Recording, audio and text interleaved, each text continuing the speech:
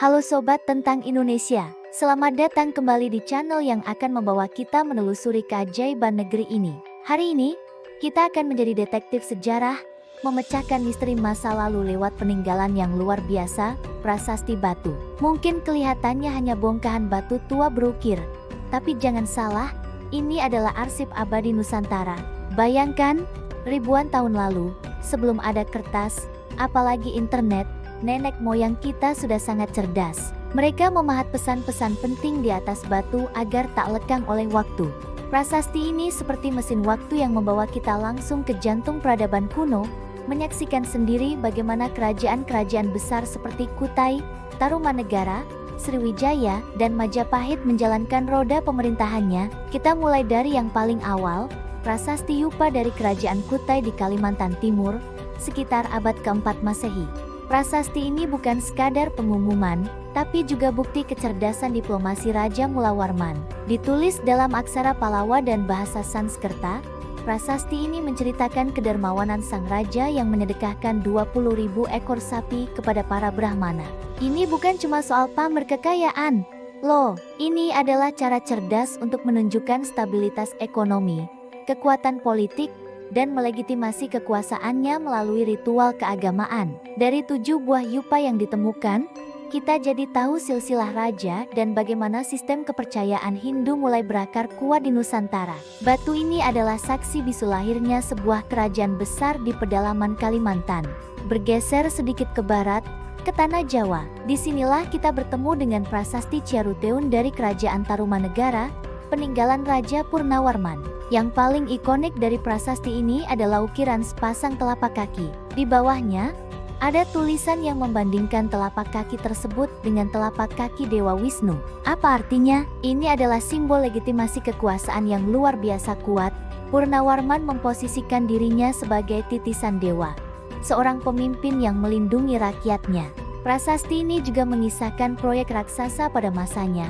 Penggalian Sungai Gomati sepanjang 12 km hanya dalam 21 hari.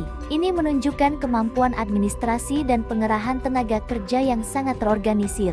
Sebuah mega proyek kuno yang tujuannya untuk mengendalikan banjir dan irigasi. Prasasti ini adalah bukti nyata bahwa nenek moyang kita sudah menjadi ahli tata kelola air sejak ribuan tahun lalu. Sekarang, mari kita berlayar ke Sumatera, ke pusat kemaharajaan maritim terbesar di Asia Tenggara, Sriwijaya. Prasasti Kedukan Bukit, yang ditemukan di Palembang, adalah akta kelahiran kerajaan ini. Dengan bahasa Melayu kuno, prasasti ini mencatat perjalanan Suci Dapuntahiang, sang pendiri Sriwijaya, yang membawa 20.000 tentara untuk menaklukkan wilayah dan mendirikan sebuah wanua atau kota. Prasasti ini bukan hanya catatan penaklukan, tapi juga arsip logistik militer. Bagaimana mungkin membawa pasukan sebanyak itu lewat sungai dan laut? Ini menunjukkan betapa hebatnya kekuatan angkatan laut dan manajemen sumber daya Sriwijaya. Mereka adalah penguasa lautan sejati, dan prasasti ini adalah buktinya. Dari batu inilah kita tahu bahwa cikal bakal bahasa Indonesia modern, yaitu bahasa Melayu, sudah menjadi lingua franca atau bahasa pergaulan di kawasan ini sejak abad ke-7. Tentu saja, kita tidak bisa melewatkan sang raksasa, Majapahit. Era keemasan Nusantara ini meninggalkan banyak sekali prasasti yang menjadi jendela kita melihat kehidupan sehari-hari masyarakatnya. Salah satu yang paling menarik adalah prasasti Canggu atau Trowlani. Prasasti ini bukan berisi silsilah raja, tapi sebuah dekrit kerajaan yang mengatur hak dan kewajiban para penambang atau juru perahu di sepanjang Sungai Brantas dan Bengawan Solo. Isinya sangat detail, mengatur tentang titik-titik penyeberangan, besaran pajak, dan bahkan memberikan status bebas pajak atau sima kepada desa-desa tertentu. Ini adalah bukti adanya sistem birokrasi yang kompleks dan sadar hukum. Majapahit tidak hanya kuat secara militer, tapi juga unggul dalam administrasi publik dan manajemen ekonomi. Prasasti ini seperti dokumen peraturan daerah zaman sekarang, menunjukkan betapa teraturnya kehidupan di bawah naungan Majapahit. Lebih dari sekadar catatan raja dan perang, prasasti juga mengungkap denyut nadi kehidupan spiritual dan sosial masyarakat kuno.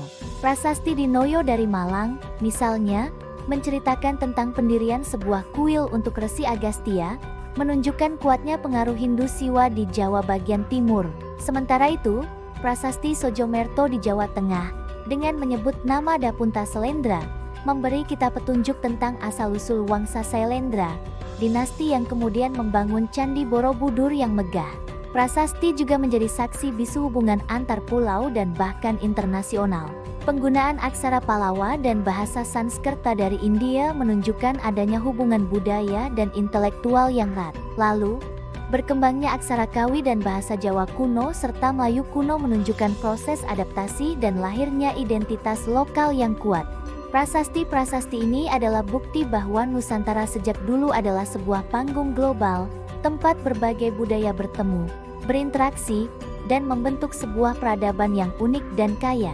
Jadi, sobat tentang Indonesia, saat kita melihat sebuah prasasti, kita tidak lagi hanya melihat batu berukir. Kita sedang menatap sebuah arsip kuno yang tak ternilai harganya. Sebuah perpustakaan abadi yang berisi catatan administrasi, hukum, agama, diplomasi, dan kisah-kisah kemanusiaan. Mereka adalah suara dari masa lalu, yang terus berbisik kepada kita tentang kebesaran dan kecerdasan nenek moyang bangsa ini. Mempelajari prasasti berarti menghargai akar kita dan memahami betapa luar biasanya perjalanan bangsa Indonesia. Terima kasih sudah menyimak sampai akhir. Semoga konten ini bisa menambah wawasan dan rasa cinta kita pada Indonesia. Jangan lupa untuk like, komen, dan subscribe channel tentang Indonesia agar kita bisa terus belajar bersama. Sampai jumpa di video selanjutnya.